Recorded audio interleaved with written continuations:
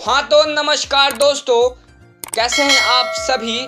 आज आप लोगों के लिए एक प्रोग्राम तैयार करके लाए हैं जो कि आपके प्रतियोगिता परीक्षाओं से संबंधित होने वाला है। तो आज का जो प्रोग्राम होने वाला है वो टुडे करंट अफेयर्स से संबंधित होगा। ये करंट अफेयर्स जो है विभिन्न प्रतियोगिता परीक्षाओं से संबंधित होने वाला है। तो मेरा नाम निशांत कुमार है और आप देख रहे हैं एनकेपी प्रतियोगिता 2.0। तो आज आप लोगों के लिए हम एक नया प्रश्न उत्तर तैयार करके लाए हैं। तो सीधे हम लोग प्रश्न की ओर प्रस्थान करते हैं। तो आज का हमारा प्रथम प्रश्न है कि 18वीं लोकसभा के प्रोटेम स्पीकर के रूप में किसने शपथ ली। विकल्प ए गिरिराज सिंह, विकल्प बी भूतृहरि सहवाताल, विकल्प सी राजनाथ सिंह, विकल्प डी भूपेंद्र यादव। तो यहाँ पे भूतृहरि मतवाल इसका सही उत्तर होगा। हालांकि 18वीं लोकसभा का पहला सत्र आज से शुरू हुआ है। नरेंद्र मोदी सहित निचले सदन के नव निर्वाचित सदस्यों ने शपथ ली। वहीं राष्ट्रपति द्रौपदी मुर्मू ने भाजपा नेता भर्तृहरि महताब को लोकसभा के प्रोटेम स्पीकर के रूप में शपथ दिलाई। आपको बता दें कि 26 जून को लोकसभा के अध्यक्ष का चुनाव किया जाएगा।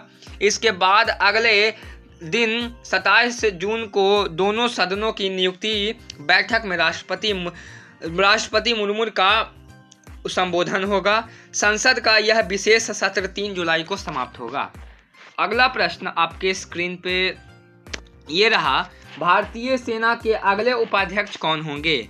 NS राजा सुब्रमणी, उपेंद्र त्रिवेदी, BS राजू, इनमें से कोई भी नहीं। तो यहाँ पे NS राजा सुब्रमणी इसका सही उत्तर होगा।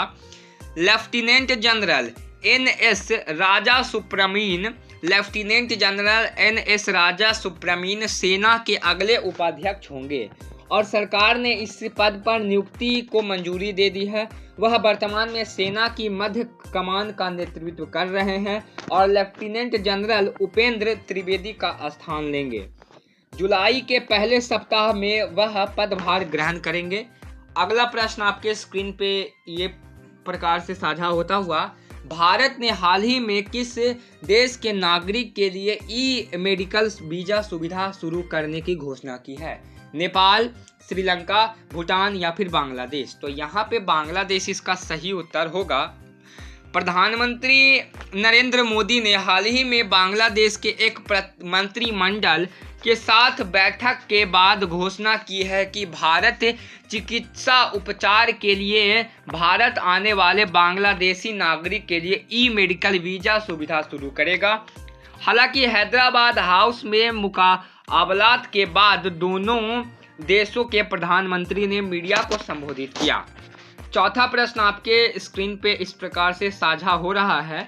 भारत किस देश में पहला एक नया वाणिज्य दूतावास खोलने की घोषणा की है।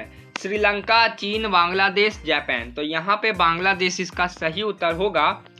भारत के ने हाल ही में इन नई घोषणा के तहत बताया है कि भारत देश के उत्तर पश्चिमी देश के लोगों के लिए सेवाओं की सुविधा के लिए बांग्लादेश के रंगपुर में एक नया वाणिज्य दूतावास खोलेगा।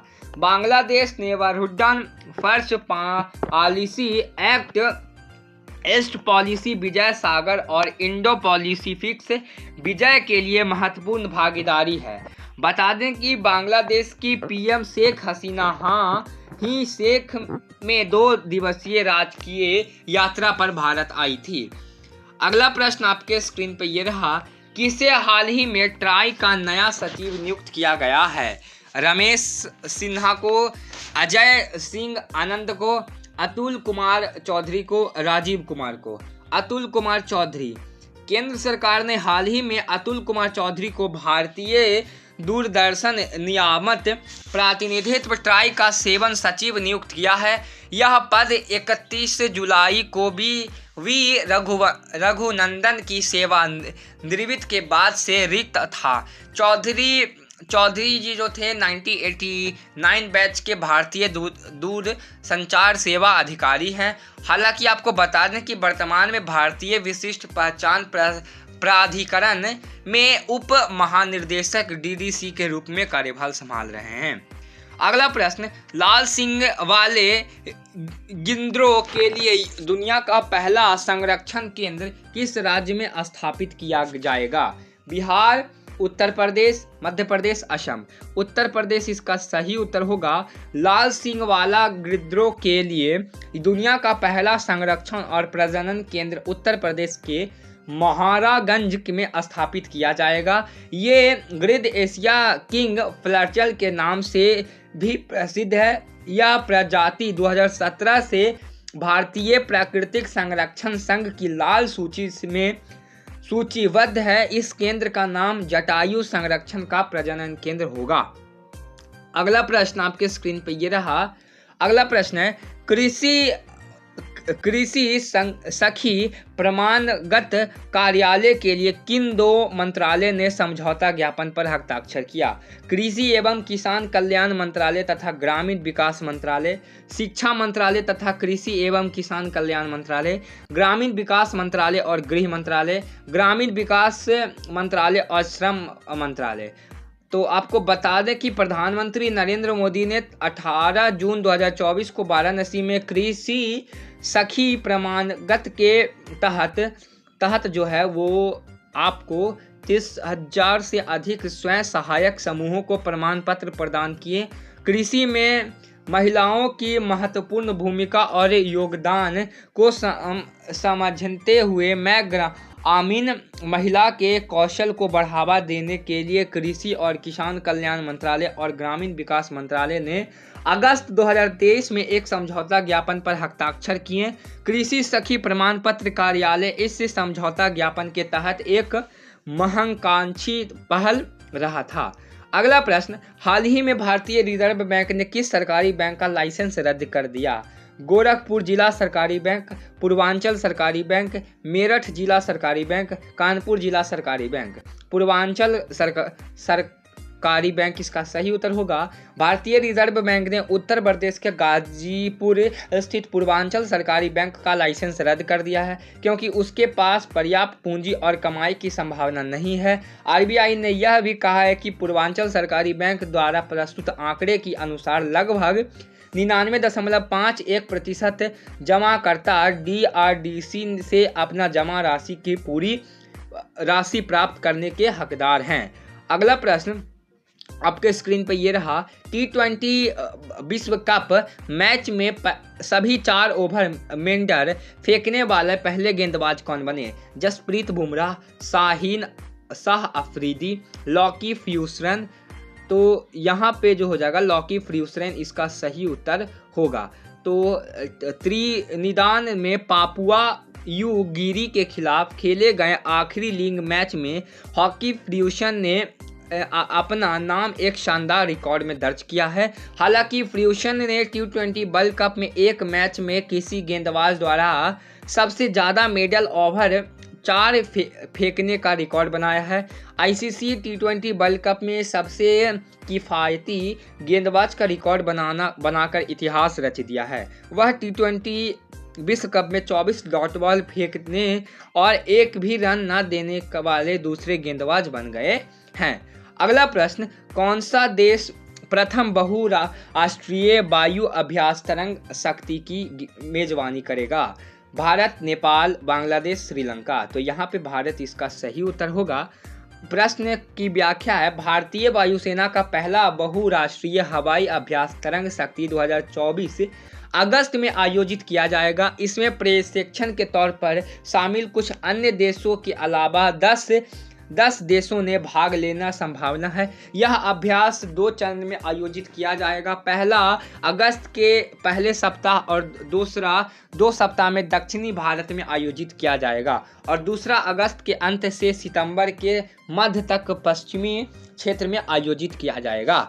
अगला प्रश्न, हाल ही में जारी किए गए पर्यावरण प्रदर्शन सूचकांक 2024 में भारत का रैंक क्या है? भारत का रैंक क्या है? तो 156, 166, 170, 178। तो यहाँ पे हो जाएगा 177 इसका राइट आंसर होगा।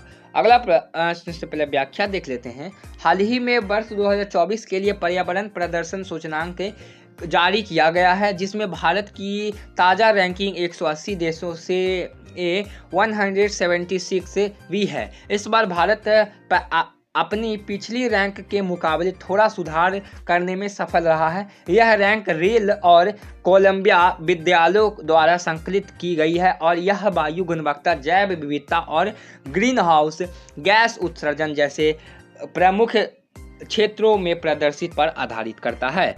अगला प्रश्न, डेविड विज ने अंतर्राष्ट्रीय क्रिकेट से संन्यास की घोषणा की है, वह किस देश के खेलने वाले खिलाड़ी हैं? नार्वेलिया, इंग्लैंड, कनाडा या फिर यूएसए? तो यहाँ पे नार्वेलिया इसका सही उत्तर होगा। नार्वेलिया के ऑलराउंडर डेविड विज ने अंतर्राष्ट्रीय क्रिकेट से संन्यास की घोषणा की है। T20 विश्व कप 2024 में इंग्लैंड के खिलाफ अपनी टीम की जो 42वें रैंक की साझेदारी थी नार्वेलिया ने, इस ऑलराउंडर ने अंतर्राष्ट्रीय क्रिकेट से संन्यास की घोषणा दी है। अपने आखिरी अंतर्राष्ट्रीय मैच में विज ने 2 ओवर के स्पेस में 3.00 की इकोनॉमी रेट से 1 विकेट लिया और 6 रन दिए। अगला प्रश्न, विदेश मंत्रालय ने किस बैंक के साथ ई-माइग्रेन के समझौता ज्ञापन किया, हस्ताक्षर किया? PNB, SBI, yes bank, axis bank? तो यहाँ पे SBI इसका सही उत्तर होगा। हाल ही में विदेश मंत्रालय और RBI ने ई-मार्केटिंग पोर्टल के उपभोक्ता को अपने भुगतान ग्रेविटेन SBI के मध्य से बैंक की एक अतिरिक्त डिटर्जिंग गुणवत्ता सेवा प्रदान करने के लिए एक समझौता ज्ञापन पर हस्ताक्षर किए। ई मार्केटिंग पोर्टल्स वर्ष 2024 में लॉन्च किया गया था और यह प्रवासी भारतीय श्रमिकों से जुड़ा हुआ है। तो ये जो छोटा सा जानकारी है आपको कैसा लगा कमेंट करके बताइएगा। मिलते हैं अगले वीडियो में, तब तक के लिए bye bye, tata, see you soon and keep learning.